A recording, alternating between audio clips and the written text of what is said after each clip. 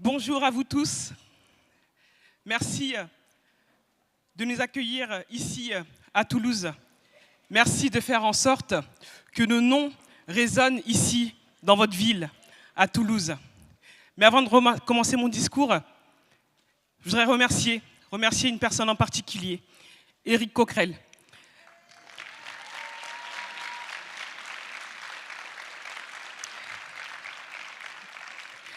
Éric, merci pour ces 9 ans.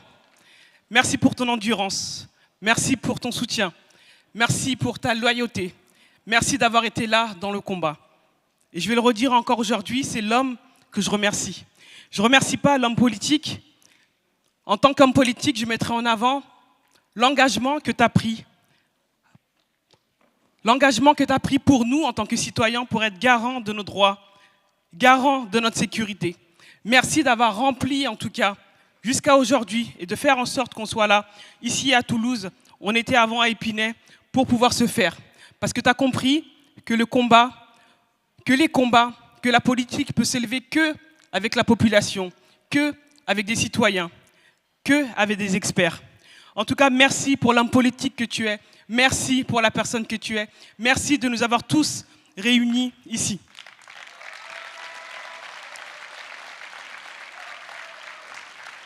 Pour la petite histoire, la France Insoumise est née en 2016, comme le comité Adama en 2016.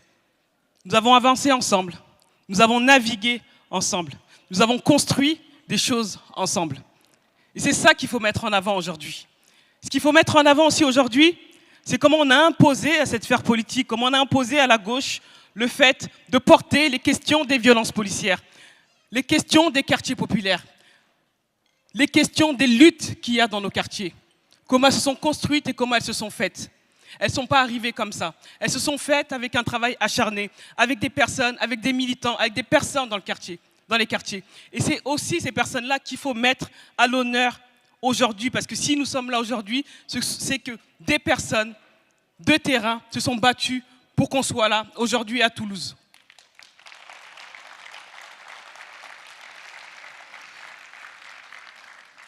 Mon histoire, c'est celle d'Adama, celle de mon petit frère. Vous la connaissez. Aujourd'hui, son nom vit à travers vous, son nom résonne. Son nom est synonyme de droit. Son nom résonne comme une énergie dans le cœur des jeunes. Et j'espère que son nom va continuer à résonner comme une énergie, en tant qu'énergie sur plusieurs générations.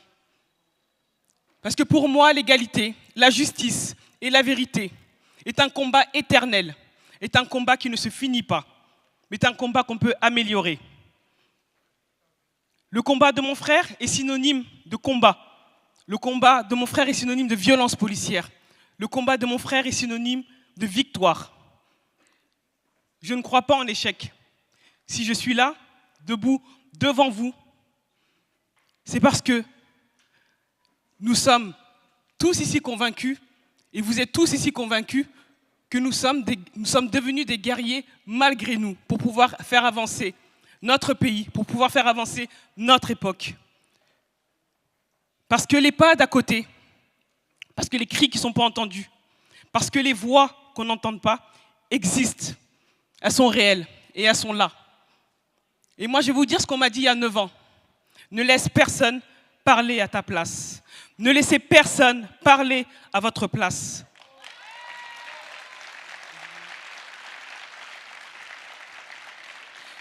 Écrivez l'histoire. Écrivez cette histoire. Écrivez l'histoire de ce pays. Vous en êtes les personnages principaux, influencés sur le récit, en vous montrant. Mais pas seulement en vous montrant, mais en étant présent avec ce que vous êtes et comme vous êtes. Et on doit vous accepter, on doit nous accepter comme nous sommes. On peut parler, je peux vous parler de violence policière sans cesse et sans cesse. Et je continuerai à le faire aujourd'hui comme demain. Au moment où on vous parle, il y a une marche blanche qui est en train de se faire. Nous sommes là, mais d'autres se sont déplacés pour aller marcher. Parce que chaque vie compte. Et toute ma vie, je me battrai pour que chaque vie compte et que chaque vie humaine soit considérée à la même hauteur face à l'autorité française. Et pour dire,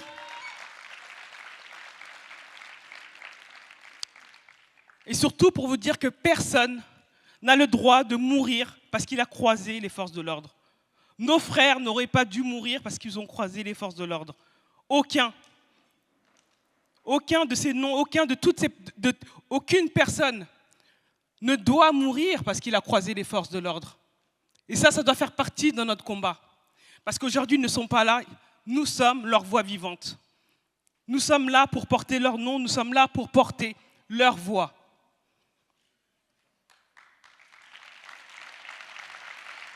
Je peux vous parler de cette justice. La justice qui a un rôle très important en France. Cette justice qui est une broyeuse. C'est une justice qui a fait beaucoup de mal à nos familles, qui font beaucoup de mal aux familles. C'est justice qui nous a maltraités. Cette justice qui continue à maltraiter les personnes issues des quartiers populaires. On peut se plaindre, on peut continuer à se plaindre sans cesse. Mais je pense que si nous sommes là aujourd'hui, c'est que nous avons décidé d'avancer ensemble, de bâtir les choses ensemble, de lutter ensemble, de dénoncer les choses ensemble. Dans la joie, mais avec la rage. Parce qu'on ne laissera pas la peine prendre le dessus sur ce qu'on est. Parce qu'aujourd'hui, on a de la dignité. Et cette dignité-là, personne ne peut nous l'enlever. Cette rage de vaincre et d'avancer et de dire que personne n'a de droit sur la mort de qui que ce soit, personne n'a de droit d'enlever la dignité sur la vie de qui que ce soit dans nos quartiers, on l'a. Aujourd'hui, on peut vous parler du pays dans lequel on est. Ce chaos, c'est un chaos que nous vivons. Ce chaos qui remplit nos cœurs. Ce chaos qui creuse les inégalités, qui nous donne le sentiment de plus rien contrôler. Mais le temps avance. C'est un rouleau compresseur. Et c'est ça l'humanité. Et c'est ça qu'on ne doit pas laisser faire.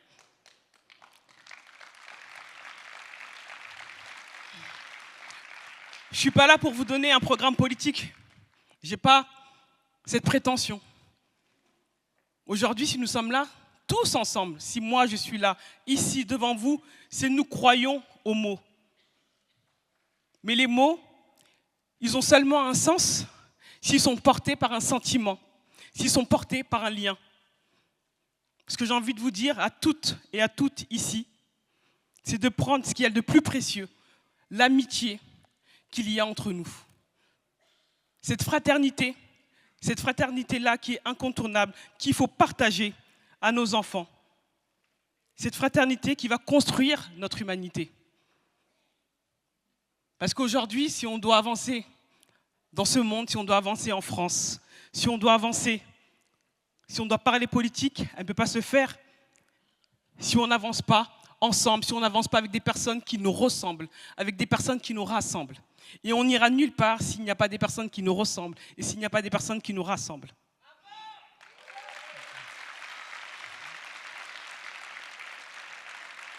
Parce qu'on ne peut pas continuer à avancer dans un pays où des enfants tuent d'autres enfants. Parce que dans nos quartiers, des enfants tuent des enfants. Dans nos quartiers, nos enfants voient leurs amis mourir. Et ces enfants sont censés être la chance de ce pays. Et ils sont la chance de ce pays. Et ce qui est de la chance de ce pays doit être pris et gardé comme quelque chose de ce qu'il y a de plus précieux. Parce qu'ils vont construire ce monde-là. On ne peut pas être dans un pays où quand on croise les forces de l'ordre, on peut mourir. Et ça, si nous sommes là aujourd'hui, quand on doit ressortir en tout cas de ce super week-end, c'est de dire que nous devons avancer avec des personnes qui nous rassemblent et qui nous rassemblent et qui nous ressemblent. Il y a Rachel Keke qui est là.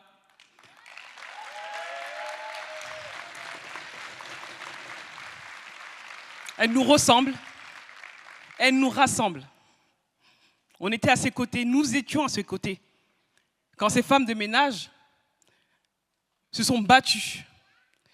Ma mère s'est battue sur les grévistes de Honnête. Donc tu nous ressembles et tu nous rassembles.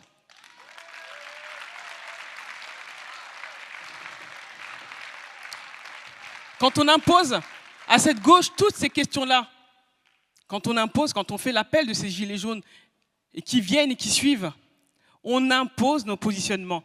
On impose aussi cette question-là. Et on s'est dit, ce combat ne se fera pas avec des personnes, elle se fera avec des personnes qui nous ressemblent et qui nous rassemblent. En tout cas, je finirai sur ces mots. Je remercie Dania et Idi de l'école Génération Leader qui ont pris la parole. Parce qu'aujourd'hui, nous avons une jeunesse qui est en effervescence, qui est bouillonnante, qui demande juste à faire partie du jeu. Elle est là. Merci. Merci aujourd'hui. Merci à tout le monde. Merci beaucoup.